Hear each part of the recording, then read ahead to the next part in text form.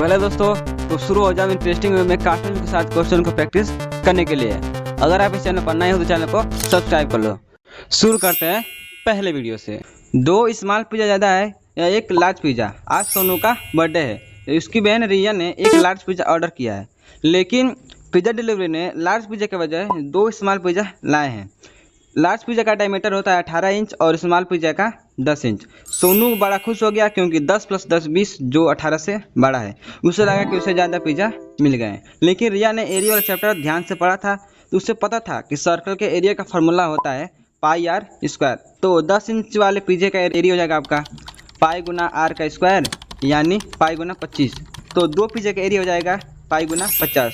तो large pizza का area हो जाएगा पाई गुना रेडियस का स्क्वायर, यानी पाई गुना 81। हम देख सकते हैं कि लार्ज पिज़्ज़ा का जो एरिया है स्मॉल पिज़्ज़ा से काफ़ी ज़्यादा है। तो रिया ने तुरंत पिज़्ज़ा घर का फ़ोन लगाया और फटकार लगाया, तो पिज़्ज़ा घर ने डर के मारे एक और स्मॉल पिज़्ज़ा लाकर दे दिए। लेकिन रिया अभी भी खुश नहीं है। हिसाब लगाओ और कमेंट बताओ क्यों।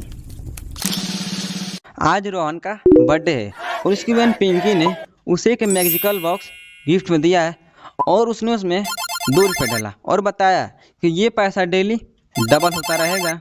तो रोहन बहुत खुश हो गया। इसमें जब ज़्यादा पैसे हो जाएंगे तब मैं इसे निकालूंगा।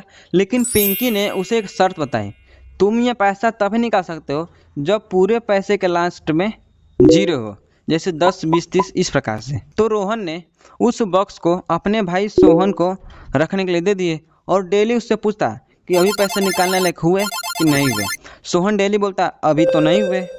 एक दिन सोनू को आइडिया आया, भाई हमने 10th पढ़ा है कि किसी भी नंबर के लास्ट में 10 हो मीन्स उसका फैक्टर 2 और 5 तो फिक्स है कि होगा ही होगा।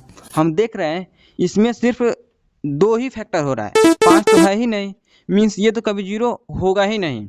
अब बताइए कि रोहन अभी क्या सोच रहा होगा।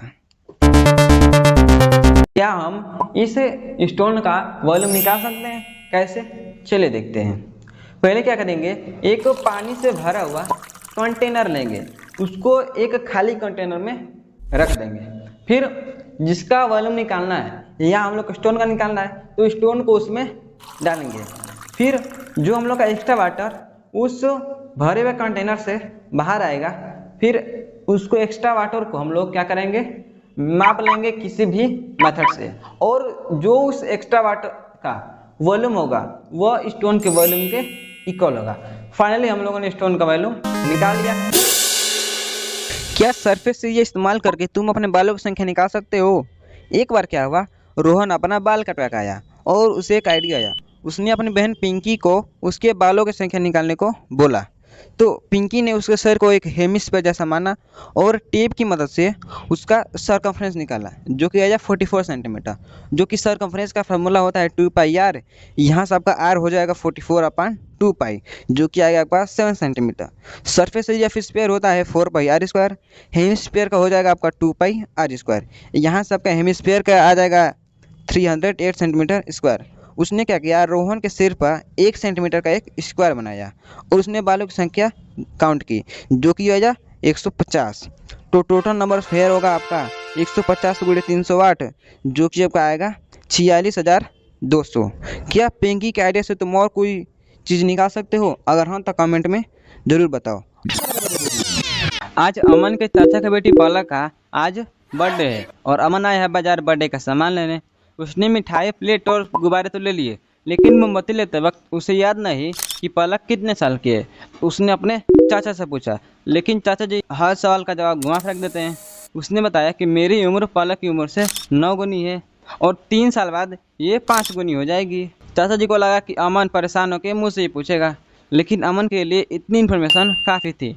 उसने पलक की उम्र को x और चाचा की उम्र को y बनाया। यहाँ चाचा की उम्र पलक से 9 गुनी है और 3 साल बाद दोनों की उम्र हो जाएगी y + 3 एंड x + 3। यहाँ अभी चाचा की उम्र 5 गुनी है। सरल करके लिखने पाएगा y - 5x = 12। पहले क्वेश्चन से y की वैल्यू सेकेंड क्वेश्चन पुट करेंगे, होगा आपका 9x - 5x = 12। यहाँ 4x = 12 मीन्स x = 12/4 मीन्स 3। अमन ने 3 मोमबत्ती ले ली और चाचा जी देखते रह गए। क्या गणित कौवी की दम जा सकती है? आज पेरिस में बहुत गर्मी है और एक प्यासा कौवा पानी की तलाश में उड़ रहा है। रास्ते में उसे एक जग दिखाई दिया और जग में पानी बहुत कम था। उसकी चोंच वहाँ तक नहीं पहुँच सकती। उसने आसपास देखा तो उसे कुछ कंकड़ दिखाई दिए। कौवा चीज़ों को मापने में बहुत एक्सपर्ट था। उसने पता लगा लिया कि सभी कंकड़ गोल और एक ही आकार के हैं। जो कंकड़ का रेडियस है वो है 1 सेंटीमीटर। इसका वॉल्यूम हो जाएगा आपका 4/3 पाई आर क्यूब मीन्स 4/3 पाई। जो जग है वो एक सिलेंड्रिकल आकार का है जो कि उसका रेडियस है 10 सेंटीमीटर और उसे इस आयतन के बराबर पत्थर को डालना पड़ेगा। मीन्स इसका वॉल्यूम हो जाएगा आपका पाई आर स्क्वायर एच मीन्स 100 पाई। तो कुल कंकड़ निकालने के लिए हमें इस दोनों वॉल्यूम को डिवाइड करना पड़ेगा जो कि आपका आएगा 75 मीन्स 75 स्टोन डालने पड़ेंगे उस पानी को चोंच तक पहुंचाने के लिए। अब कौवा 50 ml पानी पीने के लिए कैलकुलेशन कर रहे हैं। क्या आप उसकी मदद कर सकते हैं? कल प्रीतम के क्लास में टेस्ट होने वाला है और उसके टेस्ट में 1 से 100 तक के किसी भी नंबर का स्क्वायर निकालने को दिया जा सकता है। लेकिन प्रीतम को स्क्वायर निकालने नहीं आता तो उसने अपने भैया से कोई आसान सा ट्रिक पूछा। तो उसके भैया ने बताया जैसे मान लो एक नंबर लेते हैं 45 फुट। पहले क्या करेंगे, एक इस प्रकार से बॉक्स बना लेंगे। फिर पहले क्या करेंगे, पहले नंबर का स्क्वायर लिखेंगे, फिर दूसरे नंबर का इसमें लिखेंगे, फिर दोनों का मल्टीप्लाई करके उसका डबल करके इस प्रकार से इसमें लिख लेंगे। फिर सबको जोड़ देंगे और जो ये सबका सम आएगा वही उस नंबर का स्क्वायर हो जाएगा। तुम इस प्रकार से किसी भी नंबर का स्क्वायर निकाल सकते हो 1 से 100 के बीच में। तो प्रीतम बोला वाह भैया मुझे तो समझ में आ गया और मैं इजीली कर सकता हूँ। क्या पाइथागोरस थ्योरम तुम्हारे जान बचा सकता है? चलो देखते हैं। मान लो तुम 1000 साल पहले के जाने माने आर्किटेक्चर हो और तुम्हारे बनाए किले का स्वयं उद्घाटन महाराज आए हैं। तो महाराज को लगता है कि दीवारें टेढ़ी मेढ़ी हैं और तुम्हें सिद्ध करना है कि दीवारें आपस में 90 डिग्री पर है। तो तुमने एक रस्सी लिया और उसे 12 बराबर भागों में बांट लिया और तुमने 3 और 4 हिस्से वाला भाग ऐसे लगाया और 5 वाला भाग एकदम परफेक्टली यहाँ फिट हो गया। तो थैंकफुली राजा ने 10वीं में पाइथागोरस थ्योरम पढ़ा था और वो समझ गया कि यह एंगल 90 डिग्री का है। राइट ट्रायंगल में इस भाग को हाइपोटेनस कहते हैं। अगर यह 5 से बड़ा होता तो यह एंगल 90 से बड़ा मीन्स 2 एंगल बनता। अगर यह 5 से छोटा होता तो यह एंगल 90 से कम मीन्स एक्यूट एंगल बनता। देखिए तुम्हारे पाइथागोरस थ्योरम ने कैसे तुम्हारी जान बचा ली। क्या हम आर्क की मदद से एक सर्कल ड्रॉ कर सकते हैं? चलो देखते हैं। पहले हम लोग एक आर्क बनाएंगे, फिर उस पर हम लोग 3 पॉइंट लगाएंगे, फिर तीनों पॉइंट को इस प्रकार मिला लेंगे तो हम लोग 2 लाइन मिलेगा। फिर दोनों लाइन से उसका परपेंडिकुलर बाइसेक्टर ड्रॉ करेंगे। उसके बाद दोनों लाइन एक पॉइंट पर कट करेंगे। उस पॉइंट से आर्क पर एक लाइन ड्रॉ करेंगे तो वो हम लोग क्या हो जाएगा रेडियस। उसको रेडियस मानते हुए हम एक सर्कल ड्रॉ कर लेंगे। फाइनली हम लोगों ने एक सर्कल ड्रॉ कर लिया एक आर्क के द्वारा। क्या हम इस सर्कल का सेंटर निकाल सकते हैं? कैसे? चलिए देखते हैं। पहले क्या करेंगे, इस सर्कल पे कहीं भी 3 पॉइंट बनाएंगे इस प्रकार।